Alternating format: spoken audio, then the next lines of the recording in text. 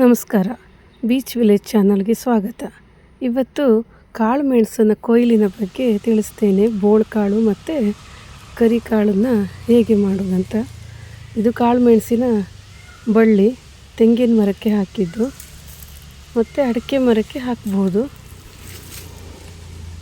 ಈ ಥರ ಈಗ ಸೀಸನ್ ಸ್ಟಾರ್ಟ್ ಆಗಿದೆ, ಹಣ್ಣಾಗಲಿಕ್ಕೆ. ಒಂದೆರಡು ಹಣ್ಣಾಗಿದ್ದರೂ ಸಾಕು, ಅದನ್ನು ಕೊಯ್ಬೋದು.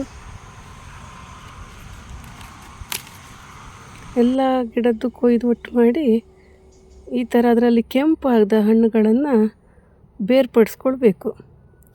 ಒಂದು ತೊಟ್ಟೆ ಒಳಗೆ ಅದನ್ನು ಹಾಕಿ ಒಂದು 4ರಿಂದ 5 ದಿನ ಇಟ್ಟರೆ ಅದು ಕೊಳಿತದೆ.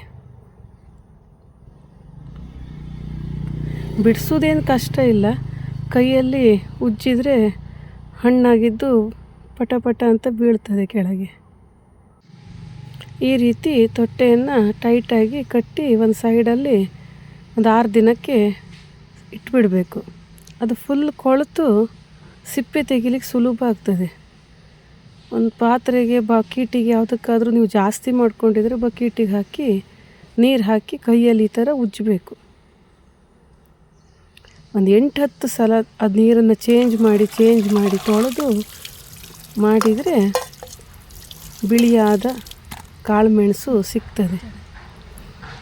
ಕೆಲವು ಗ್ರೇವಿಗಳಿಗೆ ಮತ್ತು ಆಯುರ್ವೇದಿಕ್ ಔಷಧಿಗಳಿಗೆ ಈ ಬೋಳ್ಕಾಳನ್ನೇ ಉಪಯೋಗಿಸೋದು. ಇದಕ್ಕೆ ಬೋಳ್ಕಾಳು ಅಂತ ಹೇಳೋದು. ತಿಕ್ಕಿ ತೆಗೆದ್ರೆ ಸುಲಭದಲ್ಲಿ ಬರ್ತದೆ, ಅಂತ ಏನು ಕಷ್ಟ ಇಲ್ಲ. ಹಾಗೆ ಉಳ್ಕೊಂಡ್ರೂ ಆ ಸಿಪ್ಪೆಗಳು ತೊಳೆದು ಒಣಗಿಸಿ ಗೇರಿದಾಗ ಪೂರ ಹೋಗ್ತದೆ.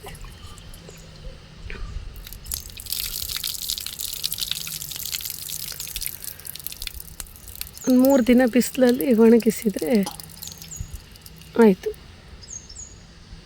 ಮಾರುಕಟ್ಟೆಯಲ್ಲಿ ಇದಕ್ಕೆ ದರವೂ ಜಾಸ್ತಿ. ಹವಾಮಾನ ವೈಪರೀತ್ಯದಿಂದ ಈ ವರ್ಷ ಕಾಳು ಮೆಣಸಿನ ಬೆಳೆ ನಮ್ಮಲ್ಲಿ ಸ್ವಲ್ಪ ಕಡಿಮೆ. ಇನ್ನು ಒಣಕಾಳು ಮಾಡೋದು. ಈ ಕೊಯ್ಕೊಂಡು ಬಂದಿಟ್ಟ ಕಾಳುಗಳನ್ನು ಒಂದು 4-5 ದಿನ ಬಿಸಿಲಿಗೆ ಹಾಕಿ ಆಮೇಲೆ ಬಿಡಿಸಿದರೆ ಆಯಿತು. ಇನ್ನೊಂದು ವಿಧಾನ ಅಂದರೆ ಅದನ್ನು 2 ದಿವಸ ಜರಿಕೊಟ್ಟೆ ಒಳಗೆ ಕಟ್ಟಿ ಇಡೋದು. ಆಗ ಅದು ತೆಗಿಲಿಕ್ಕೆ ಸುಲಭದಲ್ಲಿ ಬರ್ತದೆ.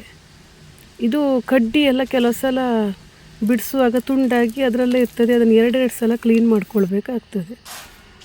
ಈ ರೀತಿ ಬಿಡಿಸ್ಕೊಂಡು ಸ್ವಲ್ಪ ಗೇರ್ಕೊಂಡ್ರೆ ಕ್ಲೀನಾದ ಕಾಳು ಮೆಣಸು ಕರಿ ಬಂಗಾರ ರೆಡಿ ಆಗ್ತದೆ. ವರ್ಷಾನುಗಟ್ಟಲೆ ಇಟ್ಟರೂ ಏನೂ ಹಾಳಾಗೋದಿಲ್ಲ.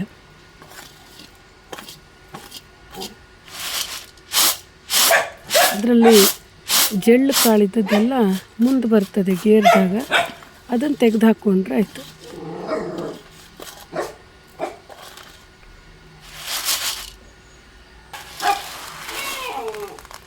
ಕಾಳು ಮೆಣಸು ನಮ್ಮ ಕರಾವಳಿಯಲ್ಲೂ ತುಂಬ ಚೆನ್ನಾಗಿ ಬೆಳೀತದೆ.